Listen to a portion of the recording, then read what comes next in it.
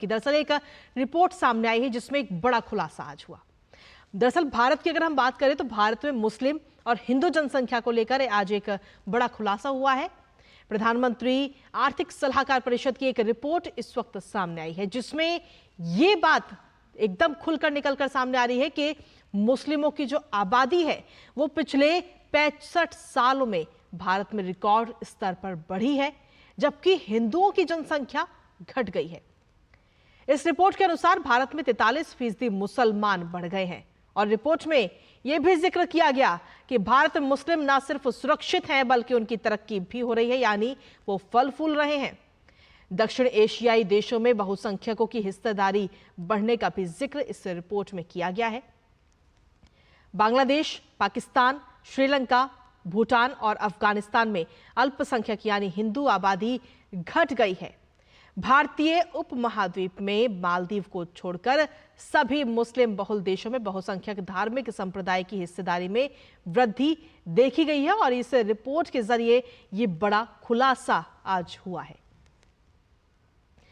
और चलिए आइए अब आपको आंकड़ों के जरिए बारीकी से समझाते हैं और नजर डालते हैं कि प्रधानमंत्री आर्थिक सलाहकार परिषद की यह रिपोर्ट क्या कहती है। इस रिपोर्ट में क्या कुछ खास है और अहम है। दरअसल इस रिपोर्ट के मुताबिक भारत में साल 1950 से लेकर 2015 के बीच में मुस्लिम आबादी जो है वो 43.15% बढ़ गई है। 1950 की अगर हम बात करें तो मुस्लिमों का हिस्सा आबादी में 9.84% था, जो 2014 में बढ़कर 14.09% हो गया। इसी दौरान यानी कि 65 साल में भारत में हिंदुओं की आबादी 7.82% कम हो गई है। हिंदुओं की आबादी 84.68% से घटकर अब 78.06% हो गई है।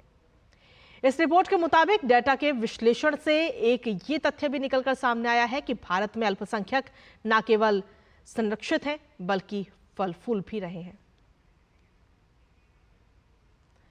और इसी पर आज हम चर्चा करने के लिए हमारे साथ इस वक्त हमारी खास मेहमान इस वक्त जुड़ रही हैं डॉक्टर शमिका। और इस वक्त हमारे साथ जुड़े डॉक्टर शमिका रवि, जो कि प्रधानमंत्री आर्थिक सलाहकार परिषद की सदस्य हैं। शमिका जी, आपका बहुत बहुत स्वागत है हमारे आज के इस खास कार्यक्रम में।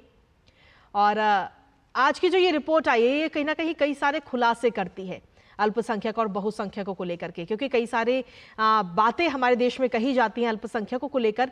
तो आपसे जानना चाहेंगे कि जब ये रिपोर्ट सामने आई तो आपके मन में क्या आया और इस रिपोर्ट के जरिए जो चीजें निकलकर सामने आ रही हैं उस पर आपकी क्या राय है। थैंक यू कृतिका, हमें इस कॉन्वर्सेशन में जोड़ने के लिए। ये रिपोर्ट जो है हमने दो और हमारे जो कॉलीग्स हैं उनके साथ हम लोगों ने इस डेटा को एनालाइज किया है। देखिए, इसमें जो डेटा साइंटिस्ट है, जो इकोनॉमिस्ट है, जो इन नंबर्स को देख रहे हैं, उनके लिए इसमें कुछ सरप्राइजिंग बात होगी नहीं शायद। Excuse me. नई बात यह है कि ये क्रॉस कंट्री 167 कंट्रीज में माइनॉरिटी का स्टेटस क्या है और पिछले 65 सालों में उनकी सिचुएशन में क्या बदलाव आया है, उसको एनालाइज करने के लिए ये रिपोर्ट बनाया है हमने। देखिए, हर कंट्री में कोई ज़रूरी नहीं, इनफैक्ट बहुत कम ऐसे देश हैं जहाँ पे माइनॉरिटी का स्टेटस रिकग्नाइज भी होता है, कि मतलब ये डिफाइंड होता है, जिसके प्रति फिर ऐसे पॉलिसीज लाए जाते हैं कि माइनॉरिटीज़ को प्रोटेक्शन दी जाए। क्योंकि डेमोक्रेसीज में ये तो है, नंबर का खेल है, तो minorities often feel threaten. So I think progressive policies लाने के लिए, माइनॉरिटीज को उनका हक देने के लिए, लिबरल डेमोक्रेसीज में माइनॉरिटी को रिकग्नाइज करते हुए ऐसे पॉलिसीज लाए जाते हैं जिससे उनको सपोर्ट मिले जी। और ये देखा गया कि आउट ऑफ 167 कंट्रीज, इंडिया का जो ट्रेंड है पिछले 65 साल में, हमारा ट्रेंड है, देखिए, जो ज्यादातर लिबरल डेमोक्रेसीज है, जैसे यूरोप में है, ओईसीडी कंट्रीज, रिचर कंट्रीज में, उस तरीके का ट्रेंड है कि हमारे यहाँ मेजॉरिटी का शेयर घटा है और माइनॉरिटी का शेयर बढ़ा है। और माइनॉरिटी में देखिए, नेबरहुड का अगर हम देखते हैं तो भारत काफ़ी यूनिक है, क्योंकि एक म्यांमार को छोड़ के बाकी सभी देशों में माइनॉरिटी का टोटल जो नंबर है, शेयर है पॉपुलेशन में, वो घटा है। और कई देशों में, जैसे हमारे नेबर्स हैं, बांग्लादेश है, पाकिस्तान, श्रीलंका, भूटान, इन सब, अफगानिस्तान, इन सब देशों में माइनॉरिटी का जो शेयर है वो बहुत अलार्मिंगली घटा है। जी। इसलिए इंडिया का जो स्टेटस है, इंडिया का जो हमारा एक्सपीरियंस है पिछले 65 सालों में, उसको हम सही रूप से ये कह सकते हैं, we are a liberal democracy, because हमारे यहाँ माइनॉरिटीज आर वेल प्रोटेक्टेड। जी। एंड ये हम स्पेसिफिक पॉलिसीज नहीं देख रहे हैं, एक हम फाइनल आउटकम देख रहे हैं, which is in share of the total population. और माइनॉरिटी ओवरऑल ही नहीं, अगर आप अलग अलग रूप से भी देखें तो Muslim share, the Christian share, the Buddhist share, the Sikh shares, इन सभी माइनॉरिटी ग्रुप्स का share in the total population has increase. So that's, I think, it's a great finding. Doctor Sharmika, जिस तरीके से हम इस रिपोर्ट को अब एनालाइज कर रहे हैं सामने आने के बाद में, तो हिंदुओं की आबादी का घटना और मुस्लिम समुदाय की आबादी का बढ़ना, इसके पीछे आप क्या रीजंस मानती हैं? देखिए, रीजंस इसमें बहुत सोशियो इकोनॉमिक रीजंस हैं। इसमें इकोनॉमिक मीनिंग ये तो हमने देखा है पिछले डेटा में कि पुअरर हाउस होल्ड, जो गरीब फैमिलीज होती हैं, वहाँ फैमिली साइजेस टिपिकली बड़े होते हैं। जी। लेकिन ये जो है, अगर आप 65 साल का एक्सपीरियंस देखें, तो पूरे देश में अगर आप देखते हैं तो हिंदू जो मेजॉरिटी रिलीजन है, उसका शेयर 7.82% घटा है। जी। और जो माइनॉरिटी अगर आप देखें तो सिर्फ मुस्लिम माइनॉरिटी नहीं, आपको हर एक माइनॉरिटी का स्टेटस देखना होगा, इन सभी का बढ़ा है, सिवाय Jains and Parsis which have actually fallen, उनका बट कलेक्टिव अगर आप देखें और specifically in majority, in minority groups का देखें, तो इनका शेयर बढ़ा है।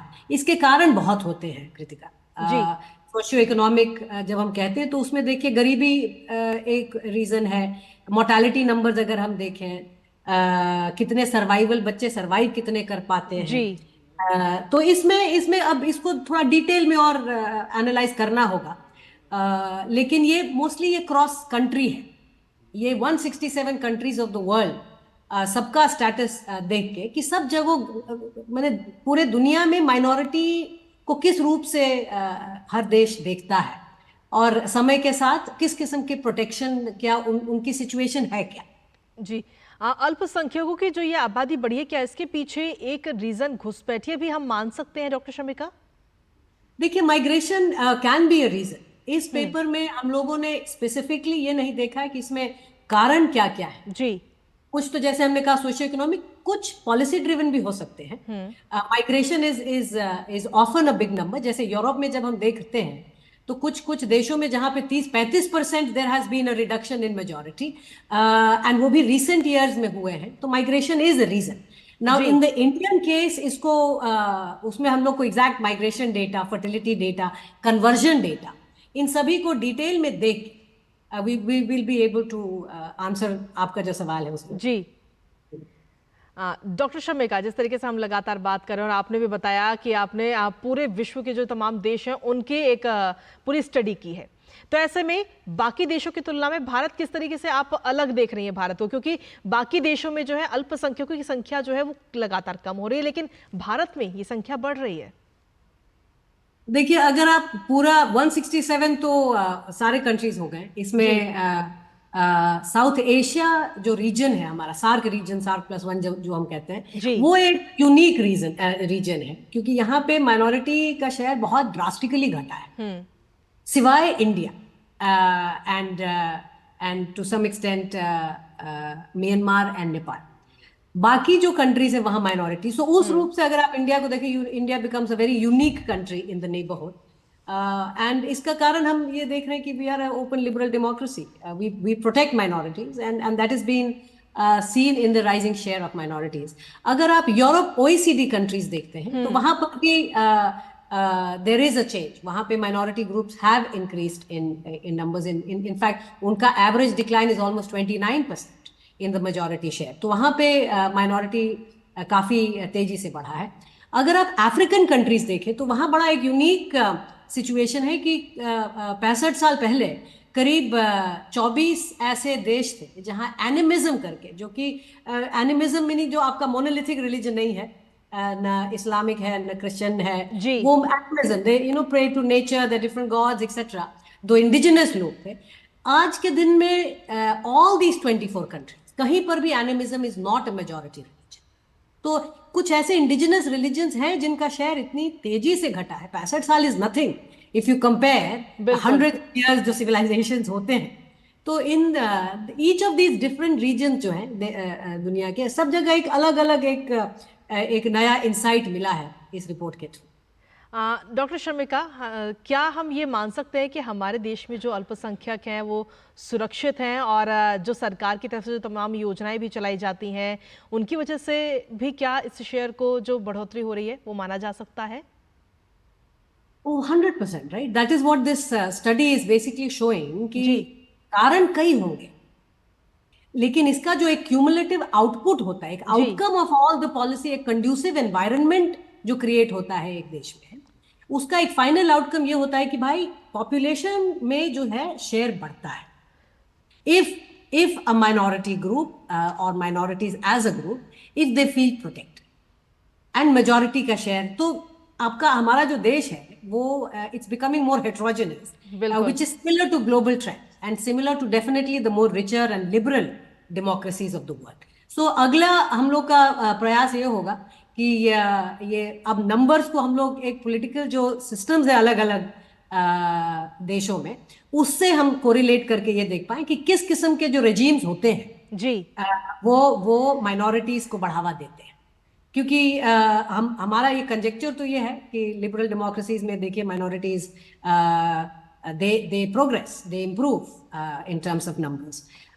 ये सब अब एम्पेरिकली हम लोग पॉलिटिकल रिजीम्स के थ्रू एंड फिर एक स्पेसिफिक पॉलिसी, जैसे हमने कहा, जब हम लोग ये एनालाइज करने लगे तो एक सरप्राइजिंग एलिमेंट ये आया कि माइनॉरिटी का recognition that it is a minority, so defining कि this is minority itself is very rare, ये बहुत कम देशों में होता है। जी डॉक्टर शर्मिका, जब ये स्टडी आपको सौंपी गई कि आप इस पर स्टडी कीजिए और पूरा जांच पड़ताल कीजिए इस पूरे चीज़ों को लेकर के, तो क्या उस वक्त कोई लक्ष्य रखा गया था या कुछ अहम रीजंस थे, वजह थी कुछ? नहीं कृतिका, देखिए रिसर्च कोई कहने के लिए बोलता नहीं है। ये रिसर्च जैसे जब हम लोग किसी चीज से मोटिवेट होते हैं जी, और हमारा तो मोटिवेशन हम लोग का ये था कि this is a new data set जहाँ पे माइनॉरिटी और ये बहुत सारे रिलीजियस अगर आप रिपोर्ट देखते हैं जी, तो उसमें there are dozens of religious denominations जिसके चेंजेस ओवर टाइम देखे गए हैं। तो एक तो ये data set itself is new. दूसरा, हम लोग ये भी सोच रहे थे कि एक कांस्टेंट अगर आप वेस्टर्न मीडिया, ग्लोबल मीडिया में देखें तो एक there has been a constant attack on India कि भाई India is very majoritarian and minorities feel threatened and minorities are not developing or doing well in India.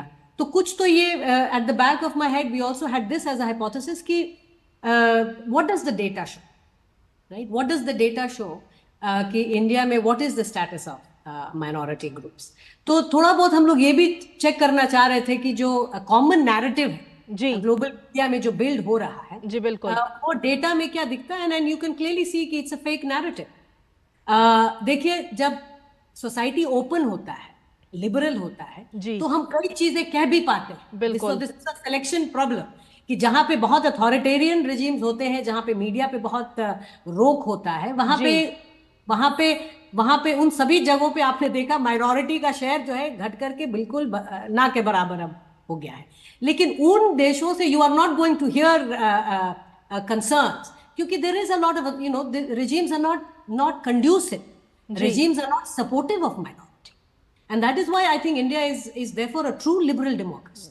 बिल्कुल, we openly talk about problems, but I think एक objectivity is very important in these kind of debates. तो ये objectively data सामने रखा गया है, and this clearly indicates that in India, compared to the rest of the neighborhood and compared to most countries of the world, in India minority groups are actually doing well.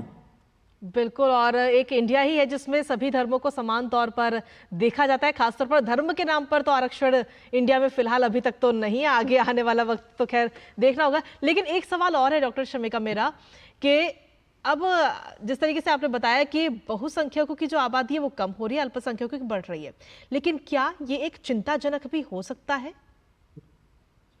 देखिए, that will depend on assimilation. और इसलिए हमने ये भी देखा है कि क्या ऐसे कुछ देश हैं जहां पे पॉपुलेशन में बहुत ज्यादा चेंजेस नहीं आए जी, स्टेबल, 65 साल में उनका पॉपुलेशन मोर और लेस स्टेबल रहा है। एंड सही में अगर आप देखें तो इट्स अ क्यूरियस सिचुएशन जहां पे आपको अफगानिस्तान जैसे देश दिखेंगे जहां पे स्टेबिलिटी इसलिए है कि it's almost like a complete majority country. वहां माइनॉरिटी आपका इतना कम था कि ओवर 65 साल कुछ ऐसा फर्क आया नहीं है। So there are very few countries which are heterogeneous and that have stably maintained heterogeneity over a long period of time, like 65. And that is why, you know, the Indian experience becomes very interesting.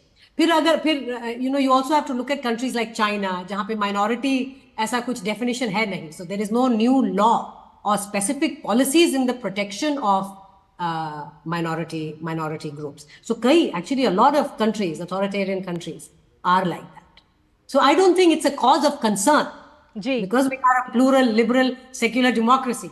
Lekin we should have an open conversation. I think ये प्रयास हमारा ये है कि जब ये number सामने आए and this is objective number, then we can have open discussion on what policies. बिल्कुल। And project the future. What is the society we want? We want to be plural. We want to be democratic.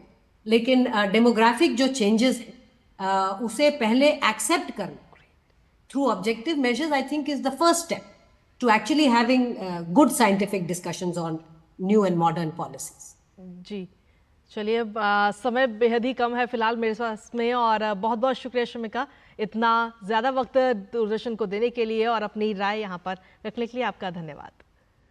तो हमारे साथ में doctor Shamika Ravi इस वक्त जुड़ी हुई थी, जो कि प्रधानमंत्री आर्थिक सलाहकार परिषद की सदस्य हैं, जो ये जो स्टडी सामने आई है इसकी भी सदस्य रही, और इनके सामने ही इनके कुल मिलाकर अगर देखा जाए तो 3 लोगों की तरफ से ये स्टडी इस वक्त सामने आई है इस पूरे मामले को लेकर के। हालांकि इस मामले पर चर्चा हमारी लगातार बनी रहेगी कि जिस तरीके से अल्पसंख्यकों की जो संख्या है वो बढ़ रही है हमारे देश में और बहुसंख्यकों की संख्या कम हो रही है। हालांकि अन्य देशों की भी बात करेंगे, लेकिन वक्त एक छोटे से ब्रेक का हो गया है, जल्द हाजिर होते हैं।